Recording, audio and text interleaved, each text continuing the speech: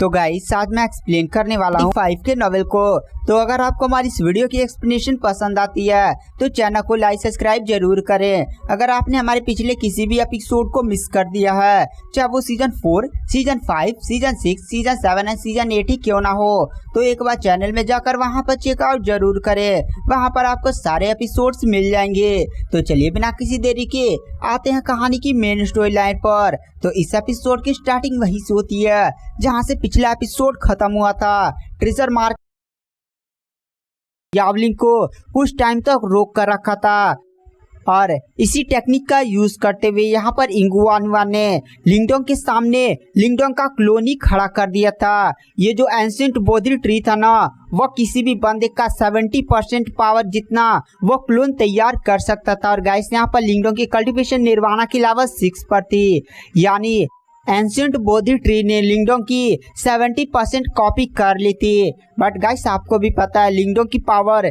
Yuan energy तक सीमित ही नहीं है। लिंगडोंग के पास उसकी मेंटल एनर्जी और लिंगडोंग के पास बहुत सारे ऐसे मतलब छुपे हुए एक हैं जिसके कारण लिंगडोंग की पावर काफी ज्यादा हाई होती है। अब यहाँ पर क्लोन तो तैयार हो गया था, लेकिन वह निर्वाणा के अलावा 6 तक ही तैयार हुआ था। ऊपर से निर्वाणा के अलावा 6 में भी 70% पावर, जिसके कारण यह क्लोन लिंगडोंग की ज्यादा पावरफुल नहीं था। वह क्लोन जो होता है वो लिंगडोंग पर अटैक करता है। वहाँ पर लिंगडोंग भी उस क्लोन से फाइट करता है, मतलब कुछ देर तक फाइट करता है। वहाँ पर लिंगडोंग को भी एहसास होता है क्लोन काफी ज्यादा बढ़िया है और एंशिएंट बोधी ट्री भी एक काफी ज्यादा खतरनाक मार्शल आर्ट टेक्निक है। लिंगडोंग पर वो क्लोन 2-3 मुक्का मारता है, लेकिन वहाँ पर जो लिंगडोंग होता है वो काफी ज्यादा खतरनाक पंच क्लोन पर दे मारता है। लिंगडोंग का मुक्का इतना ज्यादा पावरफुल होता है ना कि लिंगडोंग का क्लोन एक ही झटके में टुकड़े टुकड़े हो जाता है और वह क्लोन वहीं पर नष्ट हो जाता है।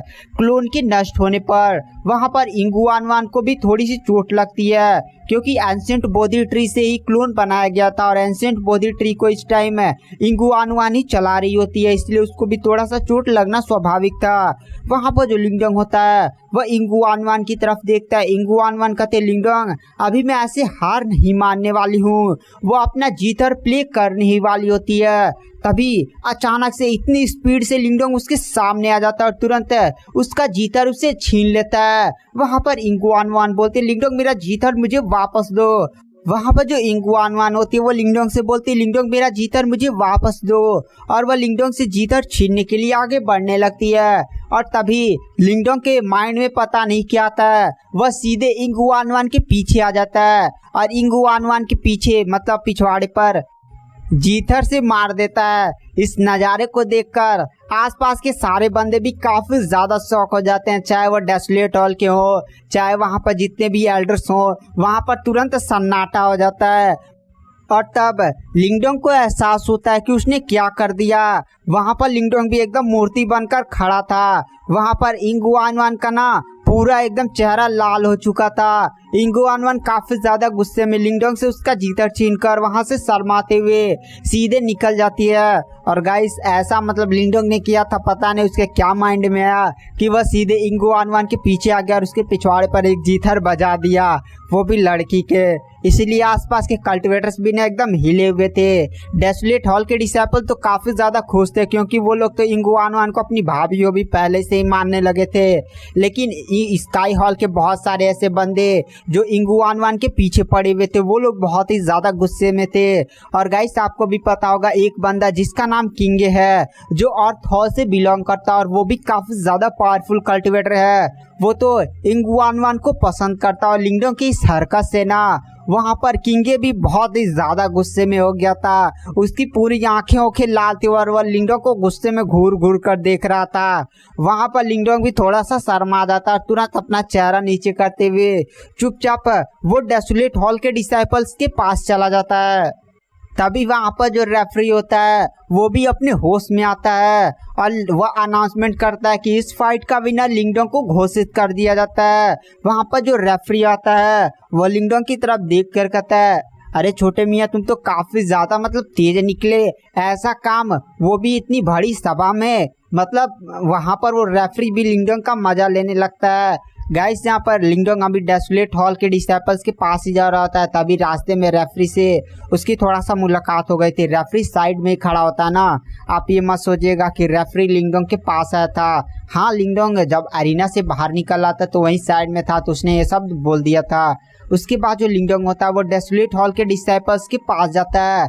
वहाँ पर जो फैंगटोंग होता है, फैंगटोंग भी गाइस जो डेसोलेट हॉल का ना एक सीनियर डायरेक्ट डिसाइपल है, वो भी लिंगडोंग का मतलब मजाक उड़ाते हुए बोलता, अरे भाई मतलब ऐसी ऐसी हरकतें करोगे वो भी पब्लिक में।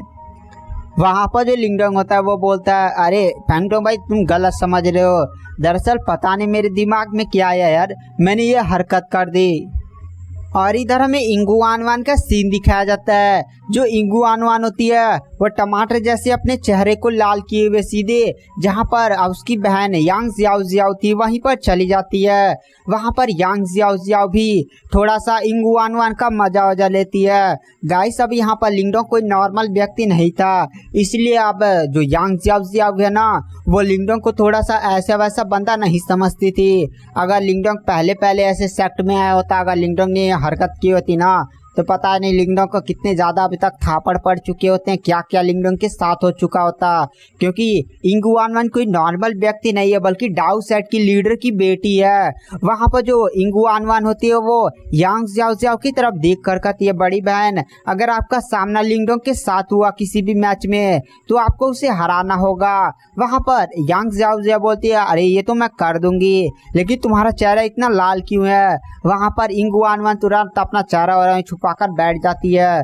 यहाँ पर जितने भी इंगू आनवान के चाहने वाले थे, चाहे वो किंगे हो या बहुत सारे चाहने वाले थे डाउ सेट में ना, तो वो सारे लोग ही लिंगडोंग को घूर घूर कर देख रहे थे। लिंगडोंग इतने ज़्यादा घूरने जाने से बहुत ही ज़्यादा थोड़ा सा अजीब महसूस कर रहा था। और लिंगडोंग एक बंदे की तरफ देखता है, दरअसल ये और कोई नहीं बल्कि डाउ सेट के लीडर यांग जियाओजी होते हैं। और यांग जियाओजी गाइस जो इंगू आनवान नहीं है उसके पिता हैं। अगर एक पिता के सामने उसकी बेटी को कोई ऐसा करेगा तो उनको गुस्सा ही आना ही था।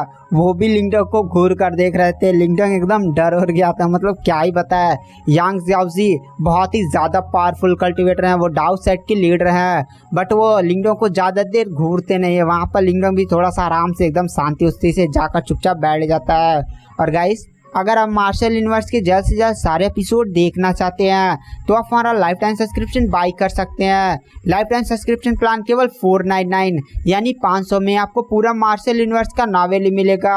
गाइस अभी मार्शल यूनिवर्स में लगभग 800 से 900 एपिसोड्स तो होंगे ही। अगर आपको इस सारे एपिसोड्स जल्द से जल्द देखने हैं तो आप हमारा लाइफ टाइम सब्सक्रिप्शन बाई कर सकते हैं। लाइफ टाइम सब्सक्रिप्शन को बाई करने के लिए नीचे फ्री टेलीग्राम ग्रुप का लिंक है, फ्री टेलीग्राम ग्रुप में ज्वाइन हुई और वहां पर केवल लिखे सब्सक्रिप्शन।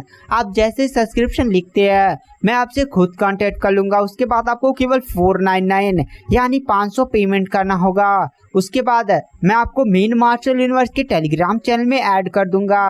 अगर आपको सब्सक्रिप्शन लेना है तो आप सब्सक्रिप्शन ले सकते हैं। तो चलिए बिना किसी देरी के आते हैं कहानी की मेन स्टोरी लाइन पर। तो इस एपिसोड की स्टार्टिंग में हमें किंग को दिखाया जाता है। किंगे लिंगडोंग को बहुत ही ज्यादा गुस्से में घूर कर देख रहा होता है। और गाइस किंगे ना इंगू आनवान को बचपन से ही पसंद करता था और इंगू आनवान के साथ ही वह पला बड़ा था। और किंगे कोई नॉर्मल व्यक्ति नहीं है बल्कि वह अर्थ हॉल का सबसे ज्यादा टैलेंटेड बंदा है। और गाइस किंगे ने अर्थ हॉल की अर्थ एम्परर मार्शल आर्ट टेक्निक, जो अर्थ हॉल की सबसे ज्यादा स्ट्रॉन्गेस्ट और सबसे ज्यादा सीक्रेट मार्शल आर्ट टेक्निक है, उसे सीख लिया है। और इस किंगे ने पिछले 1 महीने में काफ़ी ज़्यादा बढ़िया से कल्टीवेशन किया है और वो अपने आप को लेवल 9 में ब्रेक थ्रू करने वाला था, लेकिन वह अपने आप को लेवल 9 तक नहीं पहुंचा पाया।